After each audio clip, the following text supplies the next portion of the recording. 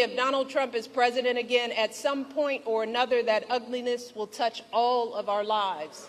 And it will not matter what you look like, how you worship, who you love, or how you vote. If you don't make 6 or 8 or 12 figures, if you're not famous, if you criticize or disagree with him in any way, if he doesn't view you as his equal or relevant to his ambitions, I promise you, he will not think about you when he gets into the Oval Office. Let me take a minute to help folks, especially the men in our lives, to get a better sense of what could happen if we keep dismantling parts of our reproductive care system piece by piece, as Trump intends to do. There are good reasons why so many women and physicians are horrified by what's happened since Donald Trump's justices overturned Roe v. Wade. We're seeing women scrambling across state lines to get the care they need. Just this week, a major medical journal reported that after Roe was overturned, infant mortality in this country rose, in large part because women are being forced to carry fetuses that won't survive to term. One woman spent 22 days in jail on murder charges after she miscarried in her own bathroom. So just imagine the profound effects for all of us if Donald Trump wins this election. In states that are already putting abortion bans into effect, his FDA could further outlaw patchwork systems of telehealth appointments and mail-order pills, thereby eliminating the last remaining protections for women in those states. He could take actions that effectively ban abortion nationwide, which would put all of us in danger, no matter what state we live in. We will see more doctors hesitating or shying away from providing life-saving treatments because they are worried about being arrested. Please do not hand our fates over to the likes of Trump, who knows nothing about us, who has shown deep contempt for us. Because a vote for him is a vote against us, against our health, against our worth. It is reasonable to be frustrated. We all know we have a lot more work to do in this country. But to anyone out there thinking about sitting out this election or voting for Donald Trump or a third-party candidate in protest because you're fed up, let me warn you, your rage does not exist in a vacuum. If we don't get this election right, your wife, your daughter, your mother, we as women will become collateral damage to your rage.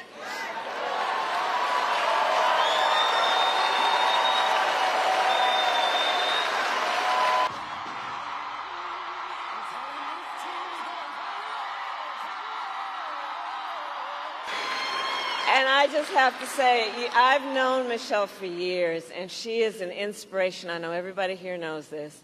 She is a truth teller, and she motivates us to get to work, especially when the stakes are high, because as she reminds us, as my mother taught me, don't just sit around and complain about injustice. And we will win because together, and this is about all of us, we are fighting for America's future. And we understand the opportunity we have before us to turn the page on the fear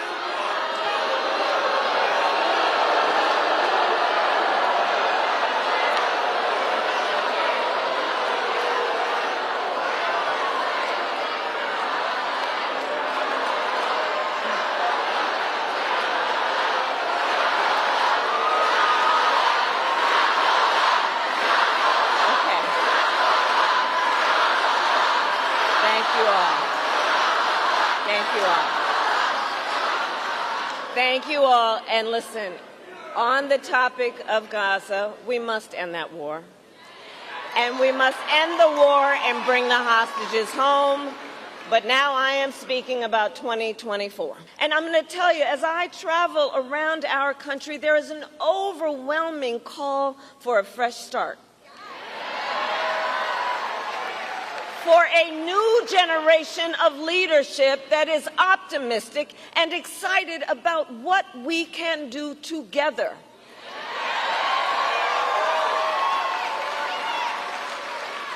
There is a yearning in our country for a president who sees the people, not just looking in the mirror all the time, but sees the people, who gets you and who will fight for you.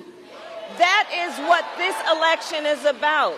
I actually just got in from Texas, and I did an event in Texas last night in Houston. And if you saw it, you probably saw some of the stories about what has been happening in our country. The suffering. The suffering.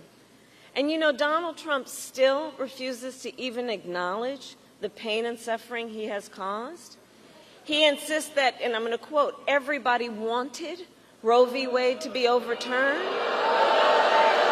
Come on, everybody wanted this? Women are being denied care during miscarriages?